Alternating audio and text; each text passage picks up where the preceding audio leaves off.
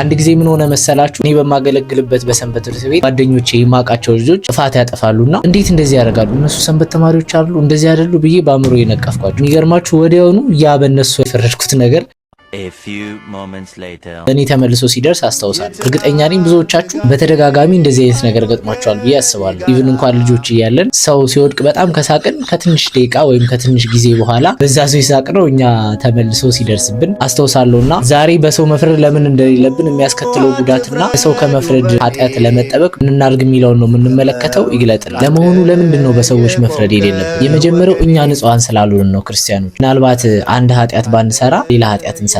ሰዎች ሲሰሩ ያየነውን ኃጢአት ባንሰራ እንኳን ሌላ ኃጢአት ግን እንሰራለን። እሱን ኃጢአትም ከዚህ በፊት ሰርተነው ሊሆን ይችላል፣ ወደፊትም ልንሰራው እንችላለን። እዚህ ሰው ንጹህ ስላልሆነ እኛ ንጹሃን ስላልሆንን በሰዎች የመፍረድ ስልጣን የለንም። ያዕቆብ መልእክት ምዕራፍ 2 ላይ ሕግን ሁሉ የሚፈጽም በአንዱ ግን የሚሰናከል በሁሉ በደለ ማለት አይደል ብሎ ይናገራል። እኛ ራሳችን ንጹሃን ብንሆን በሰዎች ብንፈርድ እሺ፣ ንጹህ ግን እግዚአብሔር ብቻ ስለሆነ እኛ ንጹሃን ስላልሆንን በሰዎች ላይ የመፍረድ ስልጣን የለንም ማለት ነው። ሁለተኛ በሰው መፍረድ የሌለብን ፍጻሜያችንን ስለማናቅ ነው። በመጽሐፍ ቅዱስም በቅዱሳን ታሪክም ስንመለከት በጣም ብዙ ቅዱሳን መጀመሪያቸው ኃጢአት የተጀመረ መፍጻሜያቸው ግን ያማራሉ። ቅዱስ ጳውሎስን መመልከት እንችላለን። ሐዋርያው ቅዱስ ጳውሎስ መጀመሪያ አሳዳጅ ነበር፣ በኋላ ግን ምርጥ ዕቃ ብርሃነ ዓለም ሆኗል። ማርያም ግብጻዊት የምትመለከቱ ብዙ ዓመት ዘማዊ ነበረች። መጨረሻ ላይ ግን ለቅዱሳን እንኳን እስከ መሰወር የደረሰች ቅድስት ሆናለች። ፈያታዊ ዜማንን ብንመለከት ወንበዴ ነበር እድሜ ዘመኑ። መጨረሻ ላይ ግን ቀድሞ አዳምን ገነት የገባ ሰው ሆኗል። ደግሞ በጥሩ ጀምሮ ደግሞ በመጥፎ የጨረሱ ሰዎች አሉ። ለዚህ ነው መጨረሻችን አሳምርልን እያልን የምንጸልየው። ስለዚህ ክርስቲያኖች እኛ መጨረሻችን ስለማናውቅ እኛ ምን እንደሚገጥመን ምን እንደምንሆን ስለማናውቅ ማንም ሰው ላይ መፍረድ አይገባል። ሶስተኛ እግዚአብሔር አምላካችን እንድንዋደድ ስላዘዘን በማንም ሰው ላይ መፍረድ አይገባል። ሰዎች ሲወድቁ ያየናቸው እንደሆነ ሲሰናከሉ ያየናቸው እንደሆነ ወይኔ ዛሬ እኮ እገሌ ወደቀ ነገ ደግሞ የኔ ተራ ነው ብለን ለነዛ ሰዎች ልናዝንላቸው ልናለቅስላቸው እንጂ የሚገባው መጠቋቆሚያ ልናረጋቸው ወይም መዘበቻ ልናረጋቸው አይገባም። እውነት ለመናገር በሰዎች የምንፈርደው ፍቅር ስለሌለ የእውነት እነዛ ሰዎች እንዲወድቁ ስለምንመኝ ሲሰነካከሉ ስለምንመኝ ነው እንጂ የእውነት ፍቅር ቢኖረን በማንም ሰው ላይ አንፈርድ። አራተኛ በማንም መፍረድ የማይገባን ፍርድ የእግዚአብሔር ስለሆነ አንድ ሰው በሰው የሚፈርድ ከሆነ በተዘዋዋሪ መንገድ እኔ እግዚአብሔር ነኝ እያለ ነው ማለት ነው። ምክንያቱም ፍርድ መፍረድ የእግዚአብሔር ብቻ ስልጣን ስለሆነ እንዲሁም ከአበው አንዱ በወንድሙ ላይ ፈረደበትና ወንድሙ ሲሞት እግዚአብሔር ጠራውና ና በል ፍረድበት፣ ሲኦል ነው የሚገባው ገነት ነው የሚገባው ብሎ ገስጾታል። ስለዚህ የፈለገ ነገር ቢሆን እኛ እገሌ ጻድቅ ነው እገሌ ኃጢአተኛ ነው የማለት ስልጣን የለንም። ምክንያቱም ያንን የማለት ስልጣን ያለው አምላካችን እግዚአብሔር ብቻ ስለሆነ እሺ ልምድ ሆኖብን በሰዎች እንፈርዳለን። የሚያስከትለው ጉዳት ግን ምንድነው ካላችሁ የመጀመሪያው ኩነኔ ነው። በምትሰፍሩበት ቁና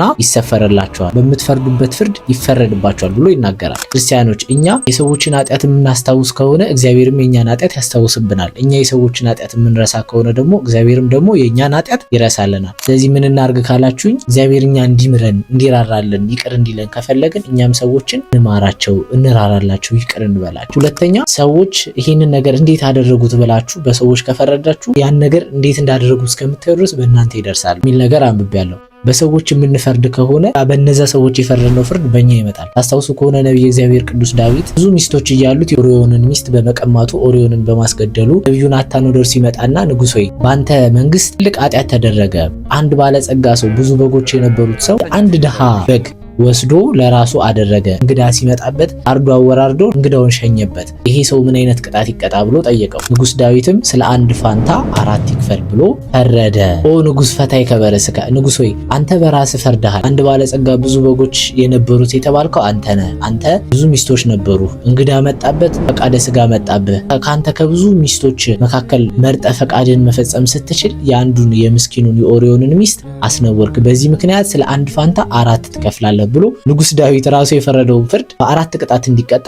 ስለዚህ ሁልጊዜ በሰዎች የምንፈርደው ነገር ላይ እንጠነቀቅ ያስፈልጋል። ምክንያቱም ያ ኃጢአት ተመልሶ ወደኛ መምጣቱ ስለማይቀር ሪፍሌክሽን በሉት እዛ ጋር ነጥሮ ተመልሶ ወደኛ ይመጣል። ታዲያ ከመፍረድ ኃጢአት ለመጠበቅ ምን እናድርግ ካለን አንደኛ ለሰዎች ድርጊት በጎ ምክንያት መስጠትን እንለማመድ። ዮሴፍ ወንድሞቹ እየሸጡት መጥፎ ነገር እያደረጉበት እሱ ግን ሁሉ ጊዜ በጎ ነገር ነበር የሚያስበው። ያንን በማሰቡ ግን እሱ ጥሩ ነገር ገጠመው፣ መጨረሻ ላይ ለነሱም ተረፈ።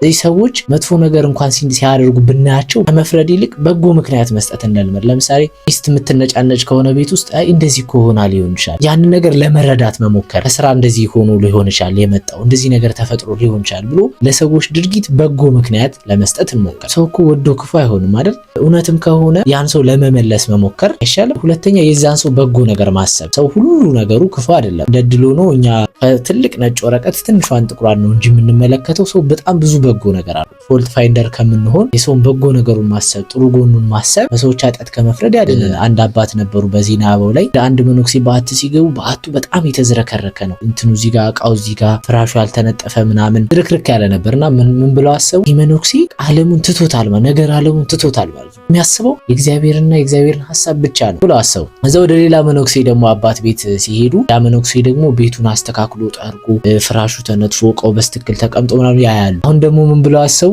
ይህ መነኩሴ ምድራዊ ቤቱን እንደዚህ ካስተካከለ ህይወቱማ እንዴት የተስተካከለ ይሁን፣ የጸሎት ህይወቱ፣ መንፈሳዊ ህይወቱ በቃ ይሄ ስትር ያለ ነው፣ ህይወቱ ሁሉ የተስተካከለ ነው ማለት ነው ብለው አሰቡ ማለት ነው። ይሄ አሁን እኛ ብንሆን ያን እዛ ጋር ስንሄድ ምን የተዘረከረከ ነው አሁን ይሄ ህይወቱ በቃ ሰው እኮ ቤቱን ካላስተካከለ ህይወቱ እንዴት ያስተካክላል ብለን እናስብ እንችላለን። እዛ ሰው ጋር ደግሞ ስንሄድ መነኩሴ አይደል መነኩሴ ነው አሁን ቤቱ እንደዚህ እንትን ማድረግ ነው ምን ያስፈልጋል ልንል እንችላለን። ሁልጊዜም በህይወታችን በጎ ነገርን ማሰብ ይሄ በነገራችን ላይ ለእኛም ለህይወታችን የሚጠቅመን ስለሆነ ለሰዎች ድርጊት በጎ ምላሽ በጎ ሀሳብ ማሰብ ያስፈልጋል። ሶስተኛ የራስን ኃጢአት ማሰብ ነው። አንድ ሰው ቤቱ ሬሳ እያለ መቼም ጎረቤት ወይም ሌላ ቦታ ሄዶ ለቅሶ አይደርስም። እሱ ሰውነት ኃጢአት እንደሰራ ራሱ ኃጢአተኛ እንደሆነ የሚያስብ ሰው ወደ ሌላ ሰው አይሄድም። በቃ በራሱ ኃጢአት የተጠመደናል። የመጨረሻ የእይታ ችግር ሊሆን ይችላል። እኛ እንደምናየው ላይሆን ይችላል። አንዳንዴ በዚህ በዜና ቅዱሳን አንድ አባት በጣም ብዙ ይበላል እና ይህንን የሚመለከት ሌላ መነኩሴ አንተ እንደዚህ እየበላ እንዴት ነው መነኩሴ አይደለ እንዴ ትንሽ መጥነህ ቀነስ አድርገህ አትበላም? ምን ያለ እንደው ሆዳሙ ነው ብሎ ያ መነኩሴ ይነቅፈዋል።